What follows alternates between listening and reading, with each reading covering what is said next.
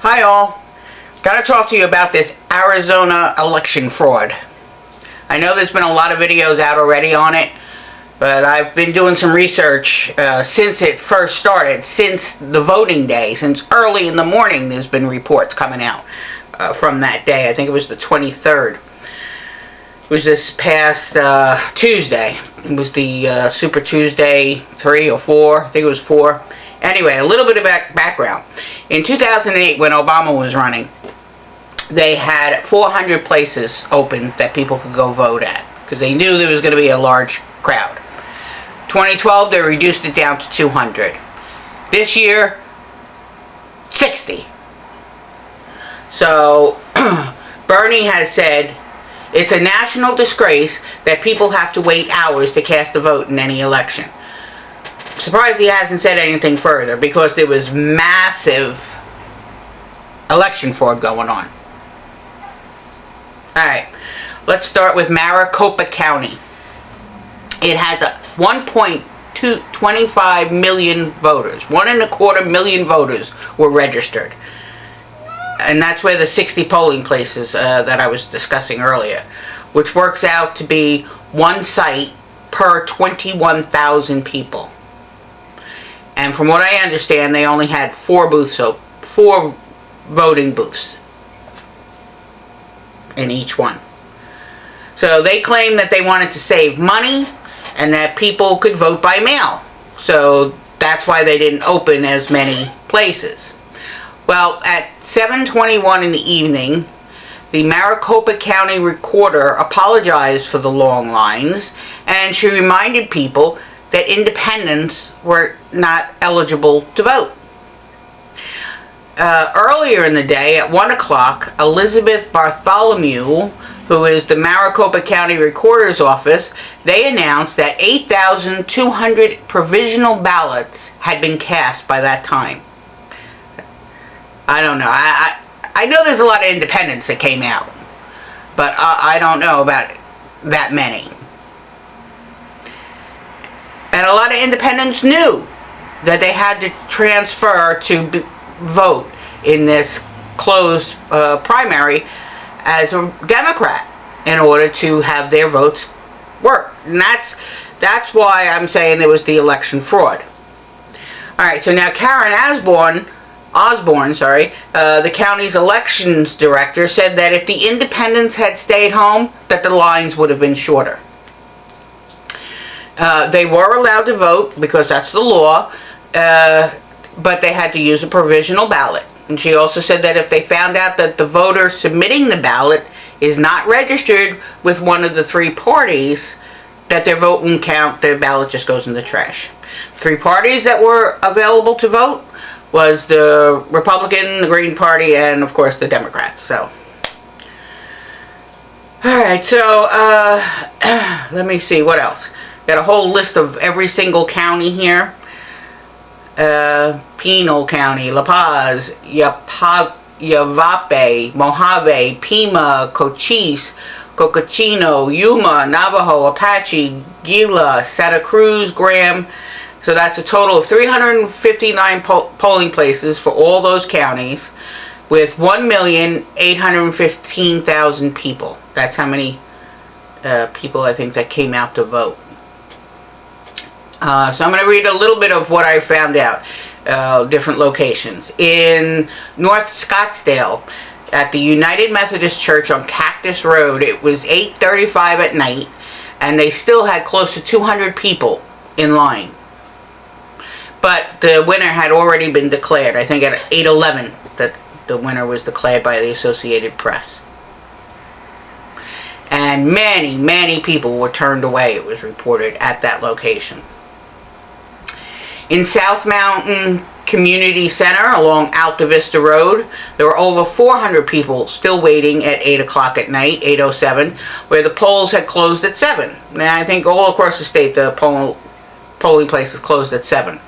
The poll workers reported that people started to arrive and lines were formed already at 6 o'clock in the morning. People started arriving. The last person in that 400 person line had gotten there at 4 o'clock, and it was now 8:07. At Gilbert's site at 7:30, there was 400 people in line. The polling place at 4th and Glendale Avenue in Phoenix had a line that stretched nearly a half a mile long. The people at the front of the line, they said they were waiting there over 3 hours when the polls closed at 7. The Church of Beatitudes precinct at 7th and Glendale Avenue had a 3.5-hour wait time throughout the day. And the line was 4 blocks long. At peak voting time, which was around 5 o'clock, they report, they ran out of ballots and they had to quick run and go get ballots from someplace. At the Pyle Adult Recreation Center in Tempe, poll workers reported that at closing, there was still 600 people in line. At 8:30 at night at the Deer Valley Worship Center, a line close to 450 people. And the last person in line had gotten there at 6:30. I'm surprised no people got there at 7. Now at 7:03 in Pima County, a lot went on in Pima County. There was double the amount of polling places as in Maricopa County, and it's smaller than Maricopa County. But in any case, Pima decided to keep all of their 130 polling places open for their 300,000 registered voters. But Maricopa County decided to close many of their polling places. The closure of the polling places was decided upon by the Elections Department with the Pima County Board of Supervisors. That's who we have to talk to, I guess. In Phoenix, at the Maryville Church of the Nazarene on 51st Avenue, a senior woman had been waiting there for 2 hours in line, and she fainted. The sun is just very hot. The fire department arrived and they gave her some water and they revived her, but she refused to leave. She said she had to vote. They brought out a ballot to her, so that was good. It's noteworthy to say that the poll workers, they all agreed that they saw a swell at the lunchtime, but a lot of the swell dissipated because it was young people that had to leave and return to work. They tried to vote on their lunch hour. Now in Flagstaff, they seemed to have a very short, quick-moving line, which was a rarity. Like at the Flagstaff Federated Community Center, the longest line had like a 30-minute wait at its peak time, which was around 2 o'clock in the afternoon. And by 5 o'clock, only, like 4 or 5 people at a time would show up. So there was basically no lines to speak of. In Cocochino County, which had 26 polling places, they only had like about a 45-minute wait in line at its peak at 5 o'clock. At 2:30 in the morning, or 12:30, oh yeah, there was 2:30 my time, and 12:30 their time in Arizona. Now it's the 23rd, because it's after midnight. The last voter voted at the downtown Phoenix polling place. When the downtown Phoenix polling place at 7 o'clock, when the polls closed, it had a line that was wrapped around the block that came back. So went around the block and came back. Now, the Bernie campaign, it's working very hard, they say, on making sure that all the provisional ballots get counted. And they were asking, so now keep this in mind for all future people who may be voting in any of the primaries coming up, or even in the caucuses. When you're not voting, you're just casting who you want so that they can get a delegate. But after you vote or caucus, if you don't receive a provisional ballot in spite of your insistence, there's a number you call, and I'll put the phone number down below.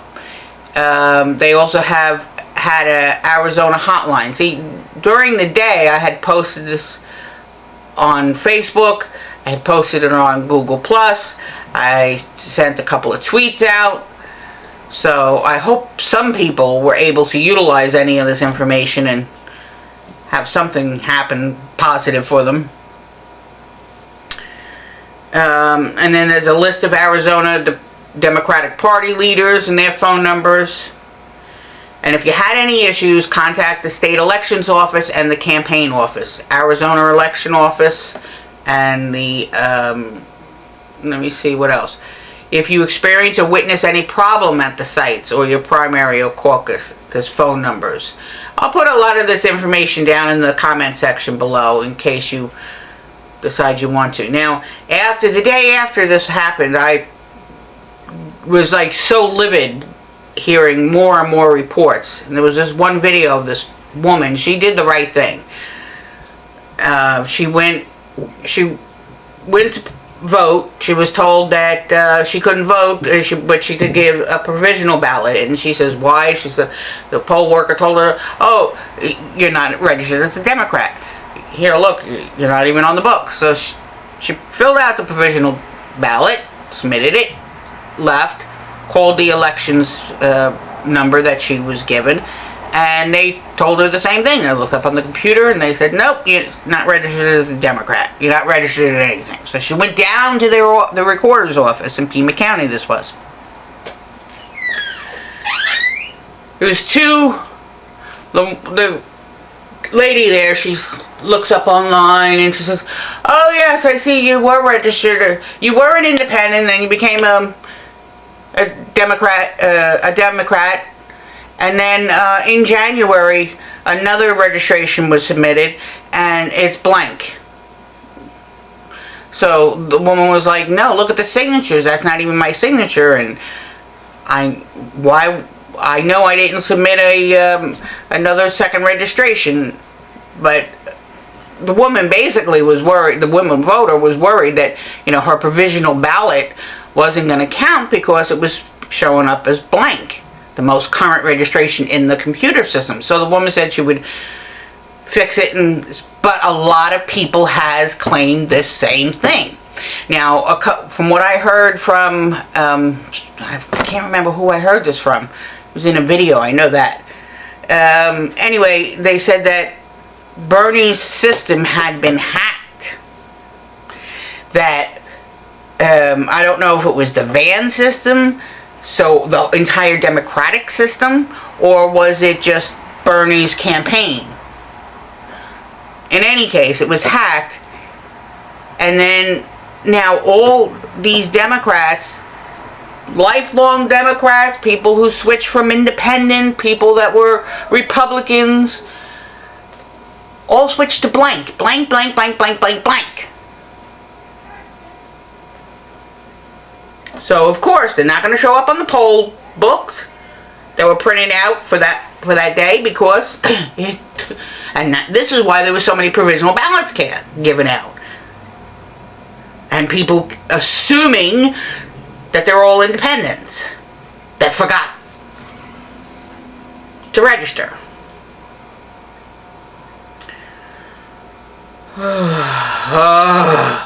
Now a little bit about the other states that were also voting that day. In Idaho,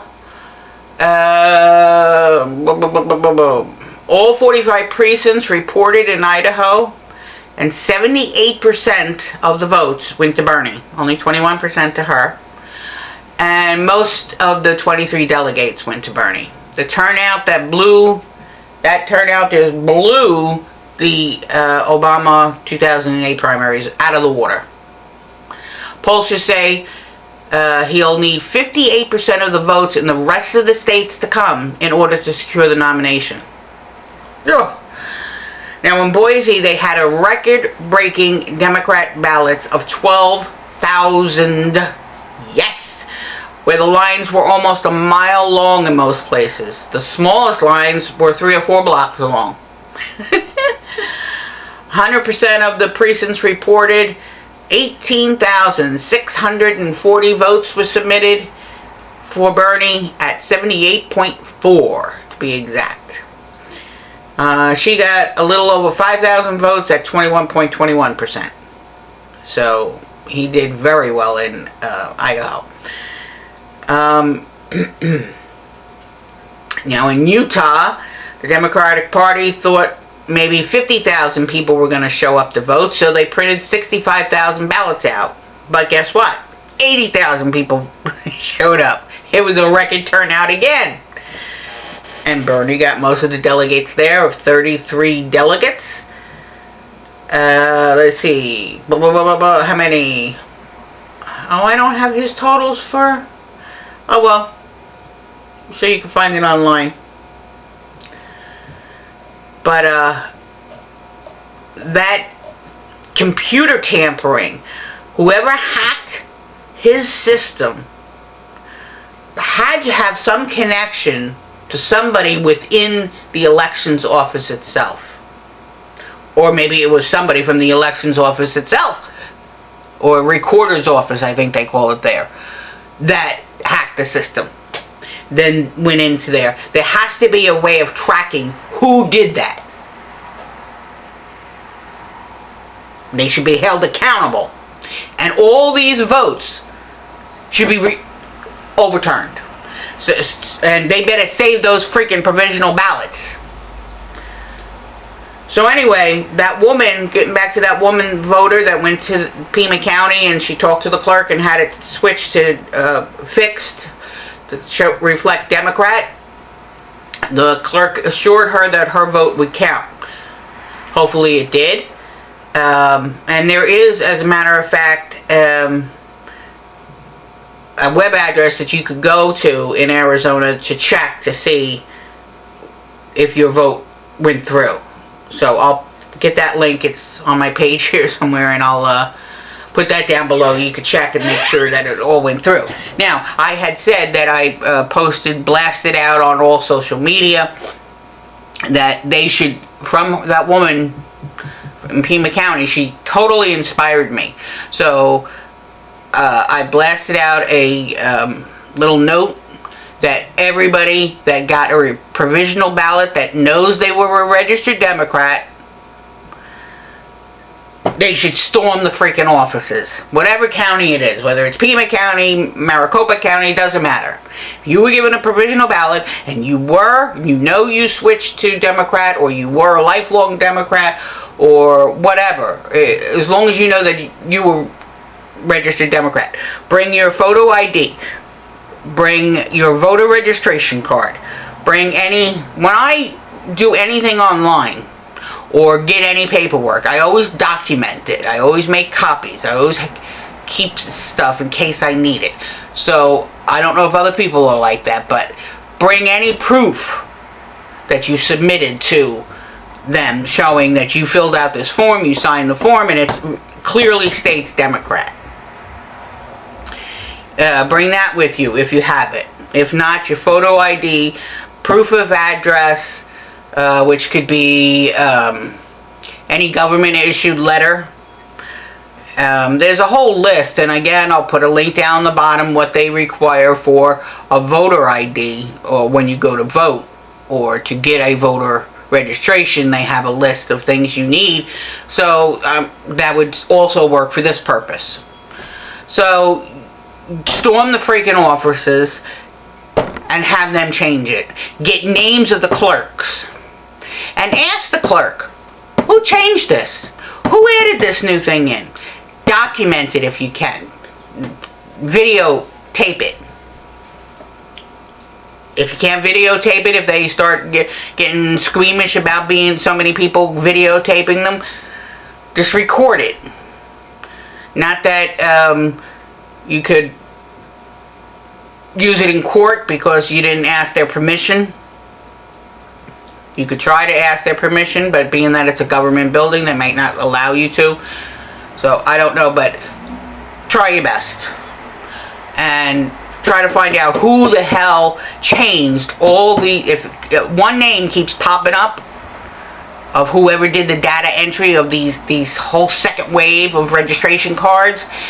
This woman said that it was in January, the second card, so it was probably around that same time. Although Bernie's thing was hacked then, they could have backdated it, who knows. Oh, January, was that the time that the whole thing with DNC happened? Where Bernie was locked out of his account and... I have to look at that date. That just clicked. Alright, so this weekend, big weekend again for Bernie. Three states, yeah, Alaska, Hawaii, and Washington. Alaska and Hawaii, not too many delegates, but what is the other place? Washington. That's the one that we really need to, and we need to win it big. So I'm going to be working on that later in the evening, reminding people. And also, people, listen to me. Check before you go. A couple of days before, a week before, whatever. The earlier the better. Check online to make sure you are a registered Democrat. If you're an independent and your state allows independents to vote in the primaries, fine. Check that. Make sure that's the facts. Majority of the states, if you just Google vote New Jersey, vote Washington, you'll get the sites. And you can look up and find out what IDs you need to bring with you and all this stuff. But I send out a lot of information. If you're my friend on Facebook, or you're my friend in Google Plus, or you're my friend on Twitter, I do a lot of posting to remind people. But that is so important to make sure. If they did all these transfers in Arizona,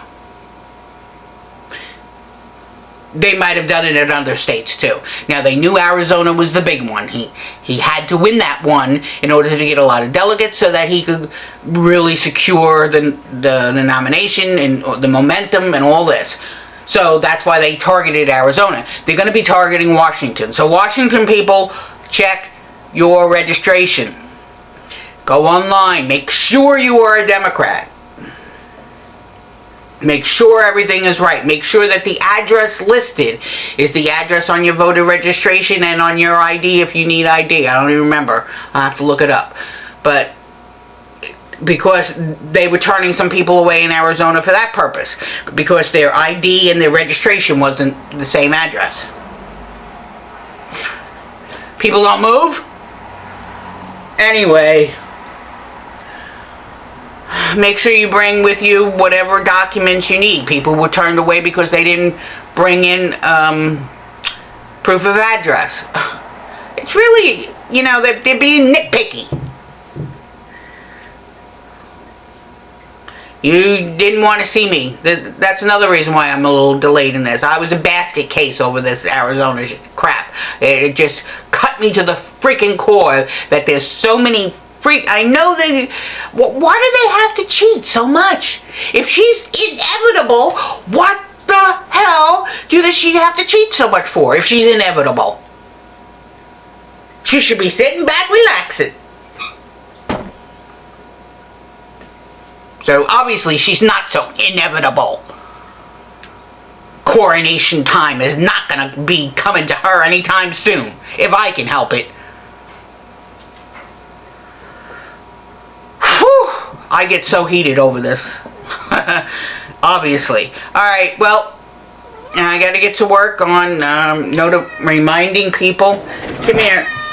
Come here, come here, come here. Let me show you this is my little cat. So if you hear her meowing, this is my little cat. She's old, she's 14. She's a pain in the butt. Constantly. If she doesn't have food in her bowl, or she has food and it's halfway full, she panics. She wants more food. I talk, she meows. I get up and move, she meows. She runs to her bowl. She's a pain in my butt. Anyway, alright people. Stay strong. Stay vigilant. Oh, one last thing. When you do vote, call the Bernie, especially if you're voting for Bernie, call there, take that one extra step. I'll put the number in the link below. Record your vote with Bernie, because they're trying to coordinate that to make sure that the votes correlate. That's another thing. The exit polls. in Arizona. I can't stop, can I? The exit polls in Arizona showed he had a much higher voting than what, and at 1% at 8 o'clock in the afternoon, with thousands of people all over Arizona still standing in line, they called her the winner. Now, how the hell, the audacity for them to do that? And how their heart must have sank standing in line. But there was one person at 12, the last vote came in at 12:30 at night their time. That's a real trooper. And whoever that was, no matter who they voted for, that's a true American. They waited that long. God bless them. Alright, definitely signing off now. I'll talk to you soon, folks. Oh, don't forget, click that like button. Give me a thumbs up and subscribe to this channel. Thanks.